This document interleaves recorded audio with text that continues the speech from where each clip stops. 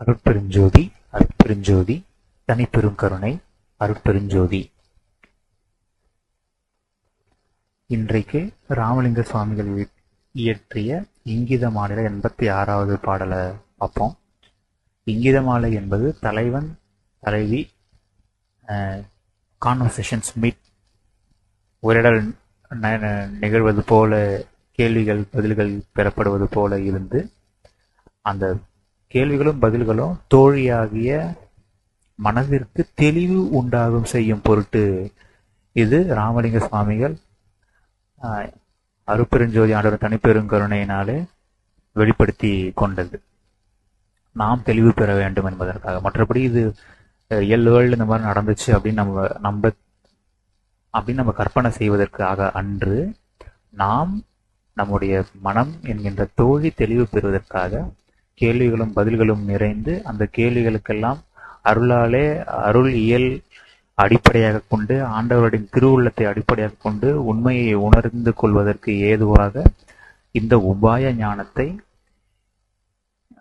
ராமலிங்க சுவாமிகள் இங்கிதமாலையாக தந்துள்ளார்கள். அதற்கு உண்மையான அருள் விளக்கத்தை தயாஞானத்தோடு அனக வாழ்விலே இருந்து தயாநிதி சுவாமி சரவணானந்தர் அவர்கள் திருவருட் பிரகாசரின் பெருங்கருணையினாலே நமக்கு இங்கே அனகமாக விளக்கி தந்துள்ளார்கள். அதைத்தான் நாம் இங்கு பார்க்க போகின்றோம். இங்கிதமாலையின் நோக்கமே தோழியை தெளிவுபடுத்தி மேநிலையில் அருள் ஒன்றையே பொருளென கொண்டு சொல்லும் செயலும் சிந்தனையும் வெளிப்படுத்தி கொண்டு தயா வாழ்வையை லட்சியமாகி கொண்டு அதை அனுபவமாக பெற செய்வதை பொருட்டு ஏற்ற பெற்றதுதான் இந்த இங்கிதமாலை. இதுல நாம் தெளிவாக இருந்து கொண்டு பாடலுக்கு மேலும் பொருள்களை பார்ப்போம். பாடலை முதல்ல பார்ப்போம். வன்மை தருவீர், ஒற்றை நகர் வாழ்வீர், என்னை மறுவீர், என் உண்மை அறியீர் என்றேன், யாம் உணர்ந்தே அகல நின்றது என்றார். கண்மையிலரோ நீர் என்றேன், கலமை உடையேன், கண்மையுறல் என்மை நீயே என்கின்றார். இதுதான் செடி என் நெறி. மறுபடியும் ஒரு தடவை பாடலை பார்ப்போம். வன்மை தருவீர், ஒற்றை நகர் வாழ்வீர், என்னை மறுவீர், என் உண்மை அறியீர் என்றேன், யாம் உணர்ந்தே அகல நின்றது என்றார். கண்மையிலரோ நீர் என்றேன், கலமையுடைய கண்மையுறல் என்மை நீயே என்கின்றார். இதுதான் செடி என் நெறி. வள்ளல் தன்மை கொண்ட நீர் வேண்டுவனமெல்லாம் அருள்வேர், இப்போது இந்த ஒற்றை நகர் வாசம் கொண்டுள்ளேர், எனது விளைவு அறிந்தும் என்னை மறுவாது இருக்கின்றேர் என்று தலைவி சொல்லுகிறாள். அவர் வாளா இருப்பதை பார்த்து என் உண்மை அறியீர் போலும் என்று கேட்கிறார். ஒற்றிநகர் வாசம், இந்த ஒற்றிநகர் வாசம் இருந்து கொண்டுள்ளீர் அப்படின்னு சொல்லி இங்க போடுறாங்க. எல்லாம் வல்ல பரம்பொருள் தான் எங்குமாய் நிறைந்திருக்கின்ற தகராகச பெருவெளியிலே எங்குமாய் நிறைந்துள்ள அந்த ஆண்டவர் தான் அனுபவத்தின் பொருட்டு எகர ஆன்மாவாக தோற்றி உகர ஐந்தொழில் செயலாக பிரபஞ்சமெல்லாம் இயற்றி அகமும் புறமும் செயல்பாடுகள், ஆன்மாவுக்கு அகமும் புறமும் பல்வேறு செயல்பாடுகள் அனுபவங்கள்லாம் தந்து சச்சிதானந்தமயமாய் தயாஞானத்தோடு தயா என்ப வாழ்வு பெறுவதன் பொருட்டு இந்த செயல்கள் நடைபெற்று வருது. அப்போ ஒன்றாகிய பரம்பொருள் தான் அந்த எகர ஆன்மாவும் இருக்கு. அவரே தன்னை முழுமையாக வெளிப்படுத்தி கொள்ள வேண்டிதான் இதெல்லாம் செயல்பட்டுக்கிட்டு இருக்காரு. அப்படிங்கிற பட்சத்துல நீங்களோ நானோ அவருக்கு அயலா இல்லை. அவரு தான் நாமாவும் இருக்காரு. ஆனா நம்ம உணராம இருக்கோம். நமக்கு அந்த உணர்வு இல்லை, ஆனா அதுதான் இருக்குன்னு சொல்லி மேல்நிலையிலே ஞானிகள், தயாநிதி ஞானிகள், ராமலிங்க சுவாமிகள் நமக்கு அருளாலே எடுத்து சொல்றாங்க. அப்படி அந்த ஒற்றி நகர்ல ஒற்றிங்கிறது அப்ப திருவொற்றியூருங்கிறது திருவொற்றி பெருமானுங்கிறது ஆன்மா தான். அந்த திருவொற்றியூர் ஆன்மா, திருவொற்றியூர் இருக்கின்ற பெருமான் ஜோதி நடராஜபதி ஆண்டவர், அருட்பெருஞ்சோதி தனிப்பெருங்கருணை ஆண்டவர். ஸோ இவரை தான் நீ ஒற்றை நகர்ல இருக்க, ஆன்மாவில் இருக்கிற ஜோதி நடராஜபதியே, ஆன்மாவில் இருக்கின்ற தியாகராஜ பெருமானே உனக்கு வள்ளல் தன்மை எல்லாம் இருக்கு இல்லையா, நான் வேண்டதெல்லாம் கொடுக்குற ஆள் தானே, என்னோட உண்மையான விளைவு, என்னோட உண்மையான விருப்பத்தை தெரிஞ்சுக்கிட்டோம், நீ என்ன மறுவாது இருக்கிறியே, என் உண்மை உனக்கு தெரியல போல அப்படின்னு சொல்லி தலைவி கேட்கிறாங்க. அதற்கு அவர் உன் உண்மையை உணர்ந்தே அகல நின்றது என்றார். ஒற்றி வள்ளல் அகல நின்றது என்றார். உன் உண்மை வந்துதான்ப்பா நான் அகல நின்றுட்டு இருக்கேன் அப்படின்னு சொல்றாங்க ரிப்ளையா தலைவர். எல்லாம் வல்ல அருட்பெருஞ்சோதி ஆண்டவர். ஒற்றி வள்ளல் தன்னை மறுவவில்லை என்றும் தனது உண்மையை அறியவில்லை என்றும் நினைக்கிறாள் தலைவி. ஆனால் அவரோ நான் உணர்ந்தே அகன்று நிற்பதாக சொல்கின்றார். இவைகளின் விளக்கம் யாதென காண்போம். உண்மையில் கடவுளும் ஆன்மாவும் ஒன்றியே உள்ளது, பிரிவே கிடையாது. ஆனால் இந்த உண்மையை அபக்குவ ஆன்மா அறிகின்றது இல்லை.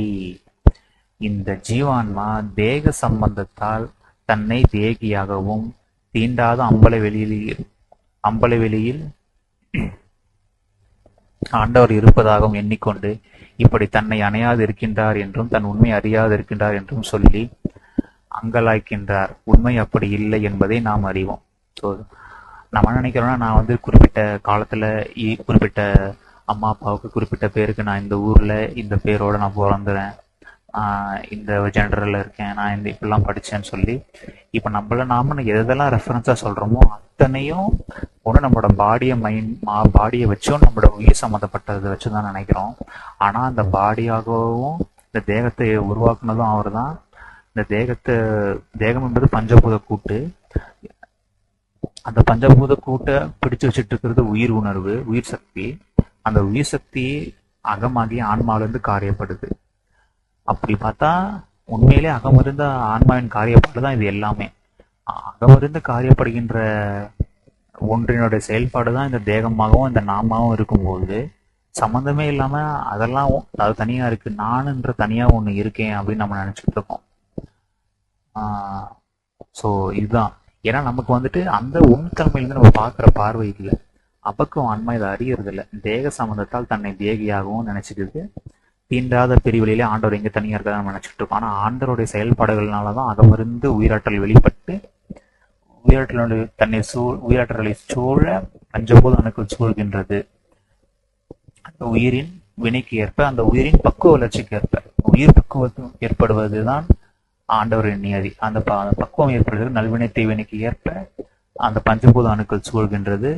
மக்கள் இனம் சூழ்கின்றார்கள், பொருளாதாரம் எல்லாமே சூழ்கின்றது.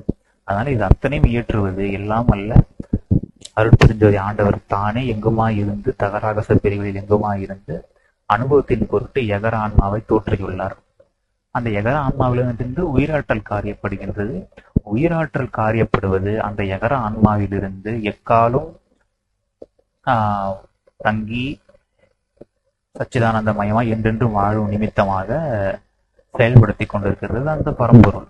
அப்படிதான் இந்த பிரபஞ்ச காரியப்பட்டியெல்லாம் நடத்தி கொண்டு வருகிறது. அப்படி இருக்கின்ற பட்சத்துல வந்துட்டு இப்போ நாம தனியா சொல்லிக்கிறது ஒண்ணு வேலை, எல்லாமே அவரோட செயல்பாடு. அவரோட செயல்பாடு விளைவுதான் நான் என்ற உணர்வே வருது. அந்த நான் உணர்வு நம்ம போய் ஏற்படுத்தல. இத்தனையும் இருக்கிறது வந்துட்டு எதுனா ஆண்டவர் தான். ஆனா நம்ம அதை உணர முடியல. இப்ப இதை கூட நம்ம உபாய ஞானமா தெரிஞ்சுக்கிட்டோம். கடவுளுடைய தனிப்பெரும் கருணையினாலதான் அதுவும் நமக்கு தெரியுது. இதெல்லாம் இல்லைன்னா இது கூட நமக்கு தெரிஞ்சிருக்காது. தயாநிதி சுவாமி, சரவணானந்தர், ராமலிங்க சுவாமிகளோட அருள்னால நமக்கு இதெல்லாம் வெளிப்படுது. ஆண்டவருடைய கருணையினால இதெல்லாம் நமக்கு கிடைக்குது. ஸோ அந்த அளவுல தான் நம்ம இருக்கோம். ஆனா உண்மையில பிரிவு இல்லை. ஆனா நம்ம அப்படிதான் இருக்கிறதா நம்ம நினைச்சுக்கிட்டு இருக்கோம். அவர் கூறிய பதில் கூட ஆழ்ந்த பருப்பின் சரியான காண்போம். அவளது உண்மை என்ன? தெரியாதிருப்பதுதான் உண்மை. ஆனால் அவர் பிரிந்திருப்பதாக எண்ணிக்கொண்டிருப்பது அறியாமை மயக்கே. இதைத்தான் அறியாமை மயக்கே. பிரிஞ்சுட்டு நினைச்சிட்டு இருக்க இல்லையா, அதுதான் அறியாமை மயக்கு. அந்த அறியாமையினாலதான் நான் நான் பிரிஞ்சிருக்கேன்னு சொல்றதாவும் நம்ம புரிஞ்சுக்கலாம். பிரிந்துதான் உணர்ந்துதான் நான் அகல நிக்கிறேன், உன்னை பிரிஞ்சிருக்கேன் அப்படின்னு தெரிஞ்சுக்கலாம். இன்னொரு இடத்துல அகலம்ங்கிறது வந்துட்டு இதயஸ்தானத்திலிருந்து இயங்குறோம் அப்படின்றதும் சாமி சொல்றாரு. எல்லாமல்ல ஆண்டவர் சிறுநடு தலைநடுவுல உள்ளொளியாக பிரகாசிக்கிறாருன்றது உபாய ஞானமா நம்ம தெரிஞ்சுக்கிட்டோம். ராமலிங்க சுவாமிகள் வெளிப்படையாக வாய்ப்பறையாக அறிவிச்சதுனால நம்ம தெரிஞ்சுக்கிட்டோம். இல்லைன்னா அதுவும் நமக்கு தெரிஞ்சிருக்காது.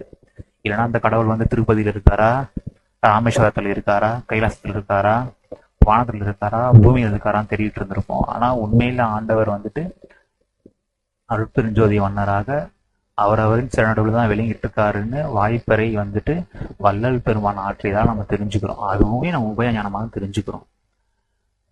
இதெல்லாம் தெரிஞ்சுக்கிறோம். ஆனா நமக்குள்ள அந்த அறியாமைன்றது இருக்கு. அந்த அறியாமை அப்படிங்கிறது இருக்கிறதுனால தான் நான் பிரிஞ்சிருக்கிற மாதிரியான ஒரு தோற்றம் நமக்கு இருக்கு.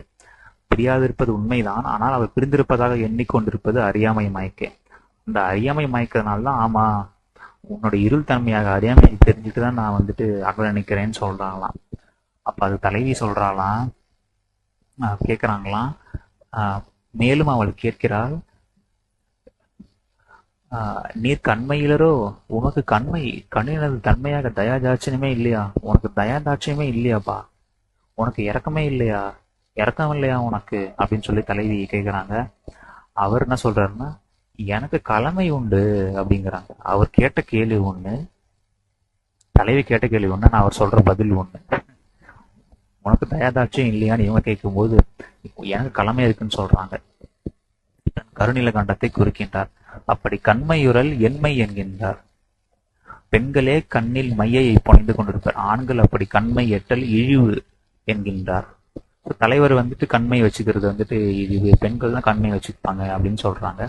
இதோட அருளாலே அதோட விளக்கம் என்னன்னு பார்ப்போம். அதுக்கு முன்னாடி தனக்கு கடமை உண்டுன்னு சொல்றாரு. தன் திருநீலகண்டத்தை தான் குறிக்கிறார். கடமை இறக்கம் இல்லையான்னு கேட்கும்போது, தலைவி கேட்கும்போது அது தலைவர் சொல்றாரு, எனக்கு கடமை உண்டுன்னு திருநீலகண்டத்தை காட்டுறாரு. அதாவது இந்த உருவத்தின் மூலமாக நமக்கு ஞானிகள் சொல்ல வருவது என்னவென்றால், இந்த சிவபெருமான் உவமை மூலமாக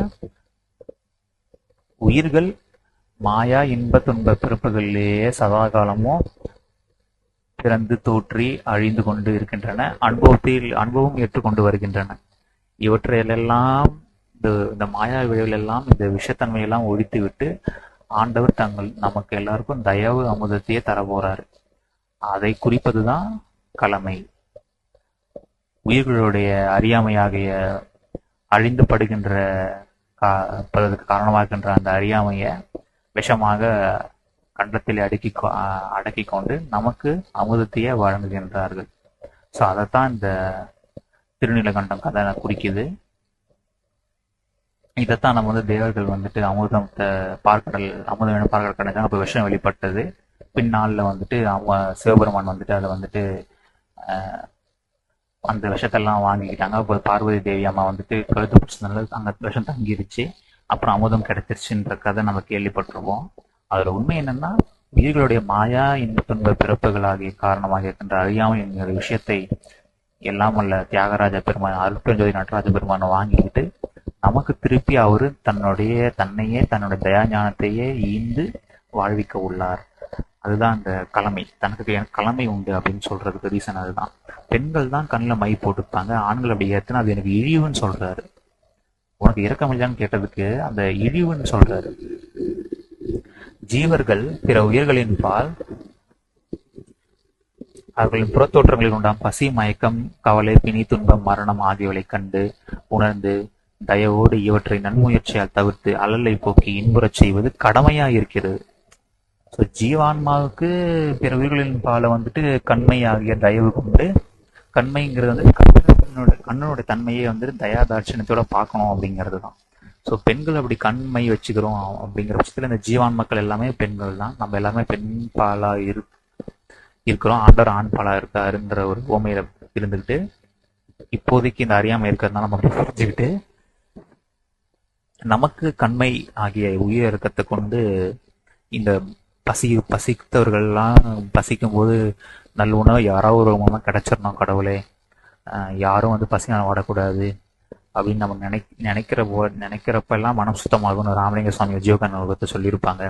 அது போல யாருக்கு எதனாலையும் பயம் வரும்போதும் நல்ல வார்த்தையை சொல்லி அவங்க பயத்தை போக்குறது, தனக்கு இல்லாத ஒன்று நினைச்சு கவலைப்படுறதை விட்டுட்டு அவங்களுக்கு ஞானத்தை கொடுத்து, தம்பி உனக்கு வேண்டியதுதான்ப்பா கிடைக்கும், வேண்டியது ஆண்டவர் எப்போதும் கொடுப்பாரு, அவர் கற்பகத்தரு அப்படின்னு சொல்லி ஒரு தெளிவு கொடுக்கறது. பிணி ஏற்படும்போது நல்ல மருந்தோ நல்ல ஒரு ஹீலிங்கோ இயற்கையான விஷயங்களோ ஏதோ ஒரு வகையில பிணிலிருந்து வெளியே போறதுக்கு ஹெல்ப் பண்றது, பல்வேறு வகையான துன்பங்கள் வந்து ஹெல்ப் பண்றது, இல்லைன்னா மரணம் ஏற்கும் தருவாயில் இருக்காங்க, இல்லை அந்த அளவுக்கு நோய் நொடி இருக்கு, கொலை விதமான பாதகங்கள் ஏற்படுது அப்படின்னா அதுல இருந்தும் காப்பாற்றணும். ஸோ இப்படி எல்லா வகையான துன்பங்கள்ல இருந்தும் காப்பாத்துறது ஜீவான்மாவுக்கு கடமை. அதனால வந்துட்டு நம்ம வந்து கண்மை போட்டுக்கிறது சரிதான். ஆனா கடவுள் தயவு வந்துட்டு இப்படிலாம் ஹெல்ப் பண்ணாது யாருக்கும். ஓகே, இவன் சாப்பாடு இல்லாம இருக்கான், நேர கடவுள் வந்துட்டு தியாகராஜ பெருமான் வந்துட்டு திருவொற்றியூர்ல இருந்து இறங்கி வந்துட்டு வியாசர்படியிலேயோ பெரம்பூர்லேயோ வந்துட்டு ஹெல்ப் பண்ண மாட்டார். அவர் திருவொற்றியூரிலே தான் இருப்பார். அவர் ஆன்மாவிலே தான் தங்கி இருப்பார். அவர் பூத தேகத்தோடு வந்து கபால் கபால்னு வந்துட்டு தேவைப்படும் போதெல்லாம் வந்துட்டு உதவி செஞ்சுட்டு இருக்க மாட்டார். ஏன்னா அவர் கலமையுடையவர். ஆகையால் தான் துன்புறுகிற ஆன்மாக்களை பார்த்தும் கண்டும் காணாதவர் போல் இருக்காரு. ஏன்ப்பா கடவுளே இந்த உலகத்தில் இல்லையாப்பா நம்ம கேட்குறோம். ஆனால் கடவுள் வந்துட்டு ஜீவதேவன் மிக மேற்பட்டது. அவர் ஜீவர்களின் புறநிலை கண்டு உடன் உதவி செய்து விட மாட்டார்.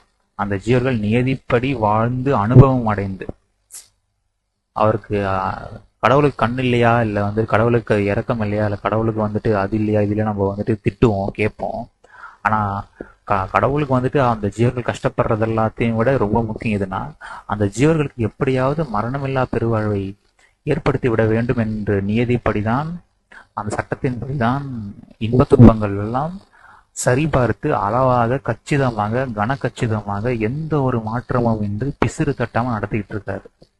அதனால வந்துட்டு அவருக்கு வந்துட்டு கருணை இல்லையா, இறக்கம் இல்லையா, கண் இல்லையான்னு கேட்கறது வந்துட்டு அறியாமை. அந்தந்த அனுபவத்தை ஏற்று ஏற்று வர வேண்டும் என்பது அவருடைய திருவுள்ளம். ஆனால் சரி, ஓகே, ஆண்டவரே அப்படிதான் அவங்க இருக்க வைக்கிறாங்க, நம்ம அதே மாதிரி இருக்கக்கூடாது. ஏன்னா நம்மளோட கடமை என்னது? ஜீவதயவு தான் வேண்டும்.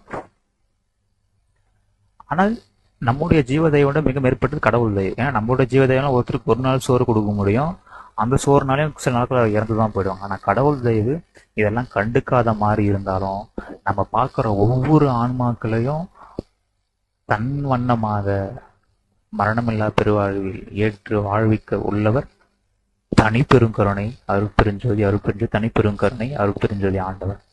அதனால வந்துட்டு ஜீவதயன்னு மிக மேற்பட்டது அவருடைய கடவுள் தயவு அப்படின்னு இங்க நம்ம விளக்கம் சாமி கொடுக்குறாரு. ஆகையால் துன்புறுகின்ற ஆன்மாக்களை நன்கு கண்டும் காணாதவர் போல் சும்மா இருக்கிறார். சும்மா இருக்கிற மாதிரி தெரியுது, ஆனா சும்மாலாம் இல்லை. அவருக்கு ஓகே கரெக்டாக தான் நடந்துகிட்டு இருக்கு. என்னுடைய குழந்தைகளுக்கு தக்க சமயத்துல வந்துட்டு மரணமில்லா பெருவாழ்வு திருதேவ சித்தியை கொடுத்து தன்வனமா நான் வாழ வைக்க போறேன் அப்படிங்கறதுல அது கரெக்டாக செயல்பட்டு இருக்காரு. நமக்கு தான் தெரியல, அது இப்ப தெரிஞ்சுக்கிட்டோம். தீய வழியில் செல்வோரையும் தடுக்காமல் பார்த்துட்டே இருக்காரு. அவனை ஒவ்வொரு பிறப்பும் மேல் அனுபவிக்கிறதற்கு மரணம் விதிச்சுள்ளார். அதை அவர் தடுப்பதே இல்லை.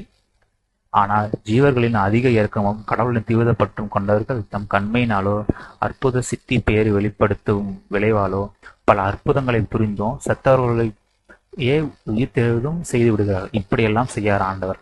ஆண்டவர் இப்படிலாம் செய்ய மாட்டார். ஆண்டவர் வந்து அச்சயம் கஷ்டப்படுற டக்குன்னு இறக்கப்பட்டு உதவியோ இல்லை அற்புதத்தாலோ இல்லை போன உயிரியோ திருப்பி எல்லாம் ஆண்டவர் கொண்டு வர மாட்டார். ஏன்னா இது போன்ற செயலெல்லாம் அவரால் முடியாதுன்னெலாம் கிடையாது. ஆனால் அவருக்கு கடமை தான் இருக்கு. அவருடைய கடமை நீலகண்டம். நீலகண்டம் என்பது பேரருளால் பெருநிலைக்கு ஏற்றுவதே ஆகும். பேரருளால் பெருநிலைக்கு ஏற்றுவது என்பது எல்லையில்லாத இன்ப துன்பங்களே ஆட்பட்டு அல்லல் பட்டு ஒழிந்து கொண்டிருக்கின்ற இந்த ஆன்மாக்களை, இந்த விஷமாகிய அறியாமையை ஒழித்தால்தான், இந்த அறியாமை ஒழிந்தால்தான் அறிவு வரும். அறிவு வந்தால்தான் நமக்கு நல்ல ஞானத்தோடு மேல்நிலை வாழ முடியும். அதை கொடுப்பதுதான் நீலகண்டம். அதுதான் கடமை. அதுதான் அவர்கிட்ட இருக்கு. அதைத்தான் அவர் செய்வார். அதுதான் அவருடைய கடவுள் தெய்வு. ஜீவதேவன் மிக மேற்பட்டது இது. ஆகையால் தான் அவர் ஆன்ம தலைவியைப் போல கண்மை கொள்ளல் எண்மை இழிவு என்று கூறினார். ஆனால் இங்க பாருங்க, கம்பல்சரி. இவளுக்கு கண்மை இன்றியமையாதது. இதனால் தான் மேல்நிலைக்கு ஏற முடியும். இந்த கண்மை இன்றைய திருவருளை பெற்று உய்ய முடியாது போம். ஆனா ஜீவான்மாவுக்கு கண்மை வேணும். ஜீவான்மாவுக்கு கண்மையாகிய ஜீவதயவு கொண்டுதான் திருவருளையே பெற முடியும். அப்படி கண்மை இல்லைன்னா திருவருளை பெற்று உய்ய முடியாது போம். கலமையுடைய கருணாகர்தான் கண்மையிலராக இருக்கின்றாரே, நாம் மட்டும் ஏன் தயவு செய்ய வேண்டும்? நாமும் கண்மை என்று இருக்கலாமே என்று எண்ணுவது எண்மையே, தனக்கு இடிவே ஆகும். அதாவது எல்லாம் வல்ல ஆண்டவரே வந்துட்டு கலமையோடு இருந்து ஜீவ தயவு செய்யாம இருக்காரு, நான் மட்டும் ஏன் செய்ய நினைக்கிறது முட்டாள்தனம். கலமையோடு இருப்பது தான் அவருக்கு, கருணாகரனுக்கு அழகு வீரம். கண்மையோடு பொருந்து இருப்பதுதான் அவருடைய திருவுள்ளம். அதை வைத்து கொண்டுதான் நாம் அவருடைய கலமையினுடைய விளைவாக நம்மை ஆட்படுத்தி கொண்டு என்றென்றும் வாழ முடியும். இதையெல்லாம் நன்கு புரிந்து கொண்டு நாம் நம்முடைய இந்த அறியாமை இருளெல்லாம் நீங்கும்போது எப்போதுன்னு பார்த்தீங்கன்னா அவருடைய திருவுருள் கிடைக்கும் போதுதான். இந்த கண்மை இல்லைன்னா அந்த திருவுருளும் கிடைக்காது. அப்போ ஜீவதெய்வன்றது எவ்வளவு முக்கியங்கிறது இந்த பாடல் நம்ம தெரிஞ்சுக்கலாம். ஸோ கண்மையாகிய ஜீவதேவை கொண்டுதான் கலமையின் விளைவாகிய மரணமில்லா திரிதேக சித்தையோடு வாழும் பெரும் பேரை நம்ம பெற முடியும். ஸோ கண்மையுறல் அவருக்கு எண்மை, ஆனால் நமக்கு கிடையாது. நமக்கு அதுதான் கடமை, கடமையும் அதுதான், வழித்துணையும் அதுதான். கண்மையுறல் நமக்கு அத்தியாவசியம். ஜீவகாரணி ஒழுக்கமே கடவுள் வழிபாடு, உயிர் இறக்கமே கடவுள் வழிபாடு அப்படிங்கிறத வந்து புரிஞ்சுக்கலாம். ஆனால் உண்மையில் நம்ம பிரிஞ்சிருக்க மாதிரி ஒரு தோற்றம் தான். அந்த அறியாமையும் ஆண்டவரையே வாங்கிக்கிட்டு நமக்கு உண்மையான அறிவை கொடுப்பாரு. நாம் ஜீவதயவில் மிக ஓங்க வேண்டும். நாம் ஏன் தயவு செய்யணும்னு நம்ம நினைக்கக்கூடாது. இதெல்லாம் இந்த பாடலில் பார்த்தோம். கடவுளை ஏன் பார்த்துட்டு சும்மா இருக்காரு, கடவுளுக்கு கண் இல்லையா, இறக்கம் இல்லையா உனக்கு, இப்பெல்லாம் நம்ம கேள்வி கேட்போம். ஸோ அது எல்லாத்துக்கும் பதிலாக சுவாமிகள் இவ்வளோ ரகசியத்தை சொல்லியிருக்காங்க. இந்த ரகசியத்தை எல்லாம் வெளிப்படுத்தினது அருளால் வெளிப்படுத்தியிருக்காங்க.